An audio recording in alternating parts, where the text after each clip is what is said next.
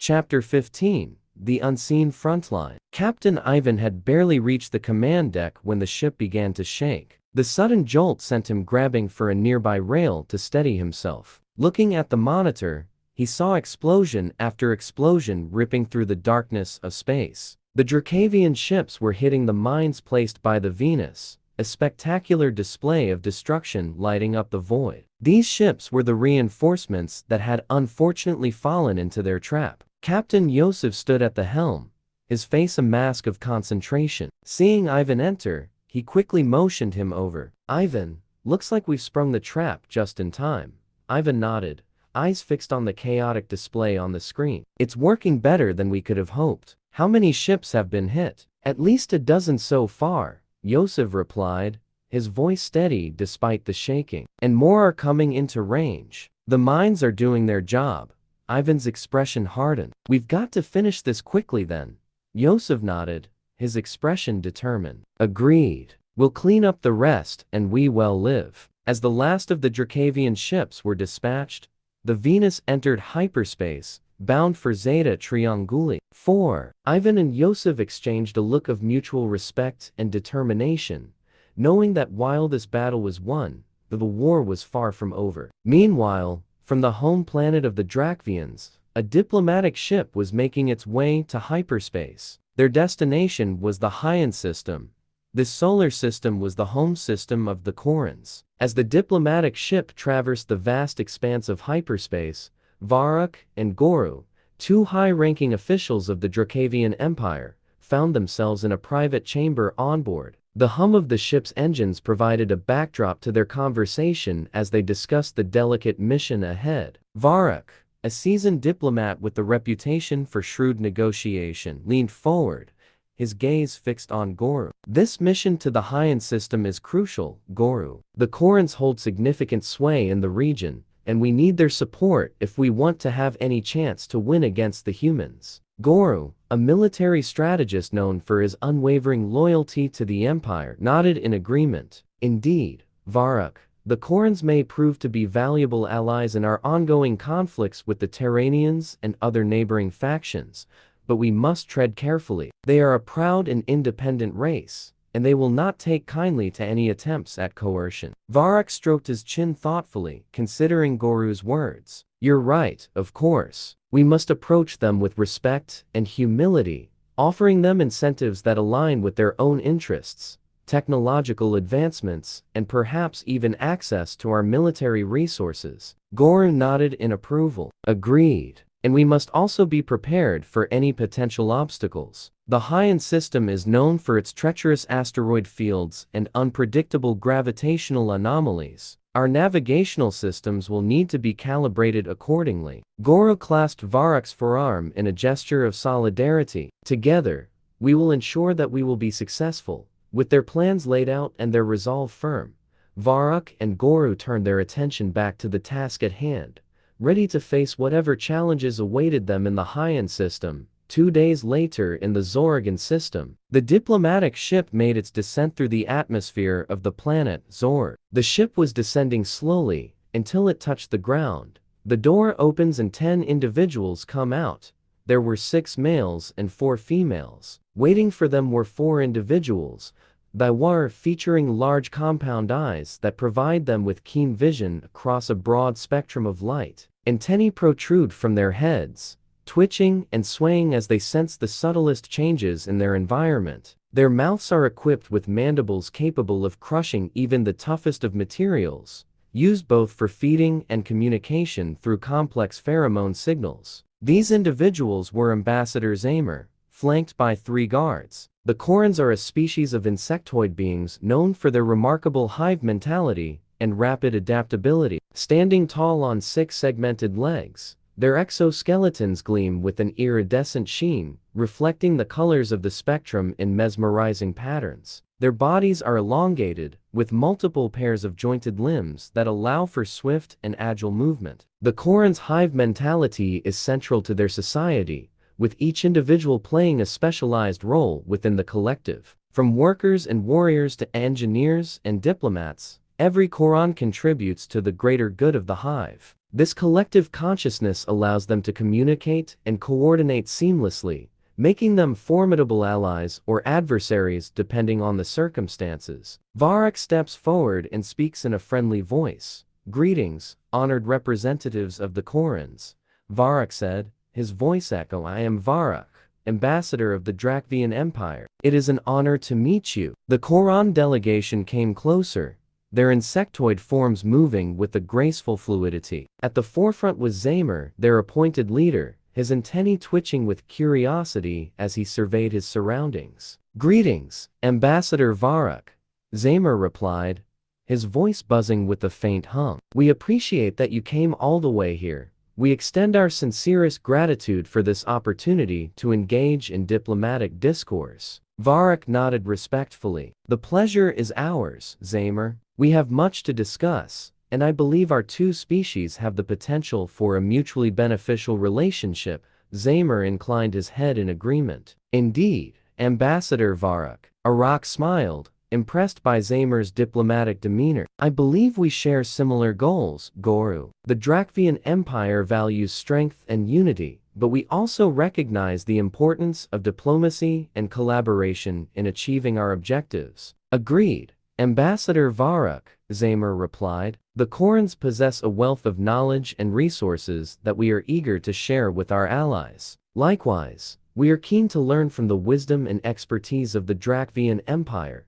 Please follow me," says Zamer while pointing with his hand towards the entrance of the palace. With that, the two delegations entered inside. In the meantime, the bustling spaceport in the Zeta Trianguli system was a hive of activity. Ships of various classes and sizes were being prepped for launch, their hulls gleaming under the artificial lights. The air was filled with the hum of engines, the clanking of machinery, and the voices of countless personnel as they worked tirelessly to prepare the fleet for the upcoming invasion of the Beta Lyrae system. Rear Admiral Carson stood on the bridge of the battleship Montana, his gaze fixed on the vast expanse of space beyond the viewports. Beside him, General Meng and Admiral Darius discussed the final details of the mission, their expressions serious and focused. "All ships report ready, Captain," his second-in-command said, glancing at the tactical display. "We're just waiting for the final go-ahead from Admiral Darius."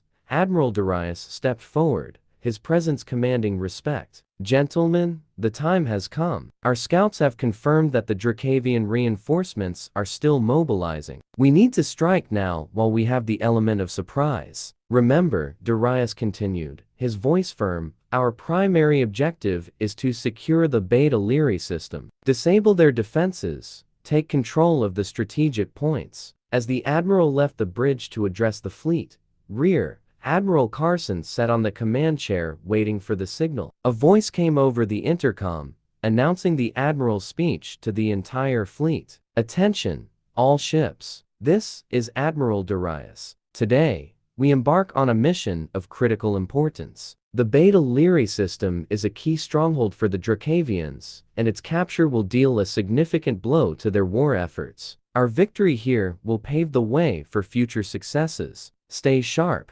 stay focused, and fight with honor. May the stars guide us to victory." The bridge crew erupted in cheers, their spirits bolstered by the Admiral's words. Carson felt a surge of pride and determination. "You heard the Admiral," he said, addressing his crew. "Let's show them what we're capable of." The fleet began to mobilize, engines roaring to life as ships formed up in precise formations. The battleship Montana led the vanguard, its sleek hull cutting through the void like a knife. Behind it, a formidable array of dreadnoughts, aircraft carriers, battleships, cruisers, destroyers, and corvettes followed in perfect synchronization. As the fleet transitioned to hyperspace, the stars outside the viewport stretched into elongated streaks of light, creating a mesmerizing tunnel effect. The journey to the Beta Lyrae system would be swift, thanks to the advanced engines installed on each vessel. Chapter 16: The Meeting of Minds. The Grand Hall of the Koran Palace was a testament to their advanced and artistic civilization. The walls shimmered with a bioluminescent glow,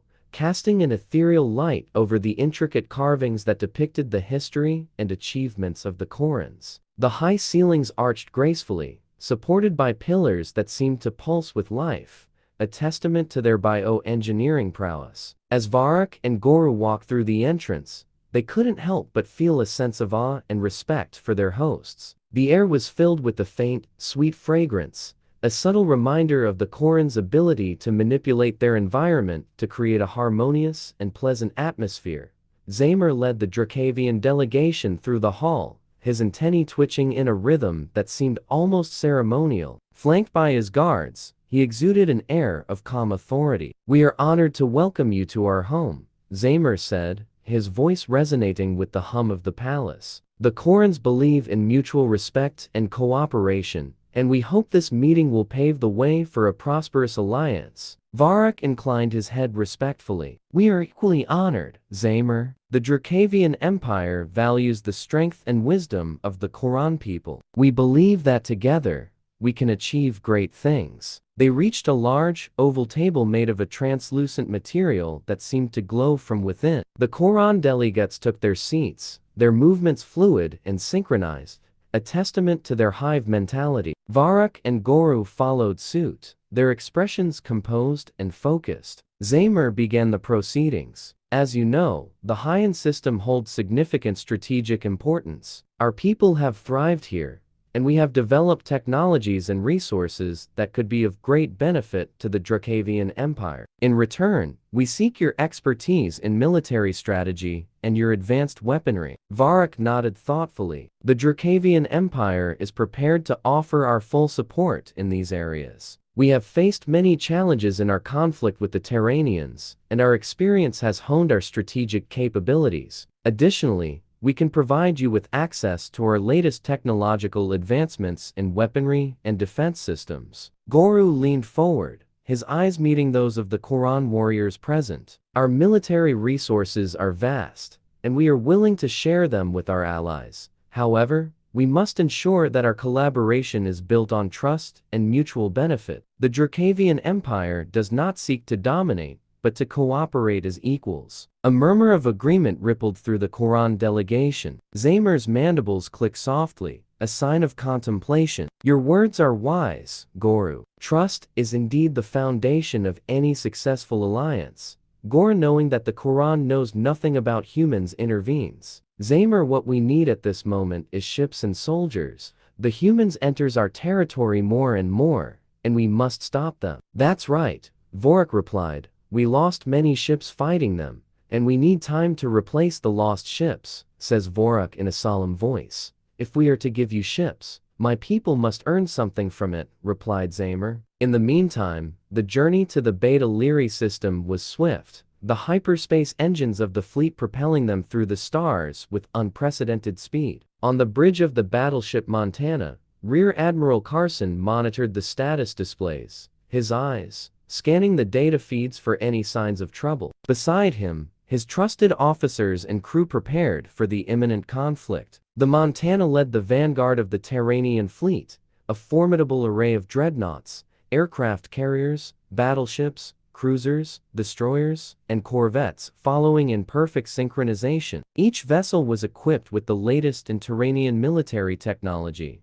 their weapons primed and ready for battle. As they approached the Beta Lyrae system, the fleet dropped out of hyperspace, the stars outside the viewports returning to their normal pinpoints of light. The tactical display lit up with the positions of the Drakvian defenses, an array of ships and space stations, their weapons systems active and scanning for threats. Admiral Darius's voice came over the fleet-wide channel, calm and authoritative. "All ships, this is Admiral Darius. We have arrived at Beta Lyrae. Our objective is clear: disable their defenses and secure the system. Rear Admiral Carson, you have command of the vanguard. Lead us to victory." Carson straightened, his gaze fixed on the tactical display. "Understood, Admiral. All ships, form up and prepare for combat. Engage at will."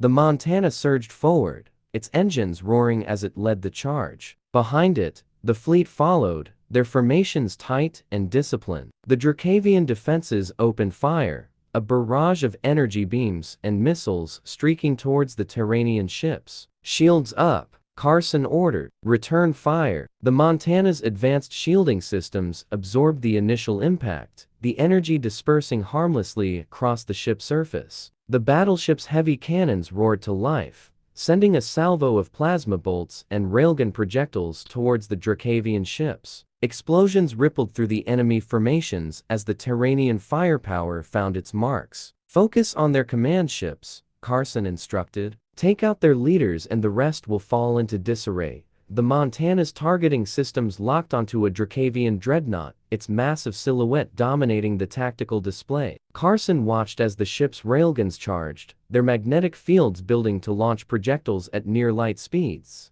Fire, he commanded. The railguns unleashed their deadly payload, the projectiles streaking across the void to slam into the dreadnought's hull. The impact was catastrophic, the ship's armor buckling under the assault. Secondary explosions erupted along its length as critical systems failed, the dreadnought listing to one side before its reactors went critical, obliterating it in a brilliant flash of light. Target destroyed, Carson confirmed. Move on to the next one, Admiral Carson. We're detecting a significant energy buildup in the central station, the tactical officer reported. It looks like they're preparing to activate a super weapon. Carson's eyes narrowed. We can't let that happen. All ships, concentrate fire on the central station. We need to disable it before they can bring that weapon online. The fleet shifted its focus, the combined firepower of the Terranian ships converging on the central station. The Montana's heavy cannons and missile launchers unleashed a relentless barrage,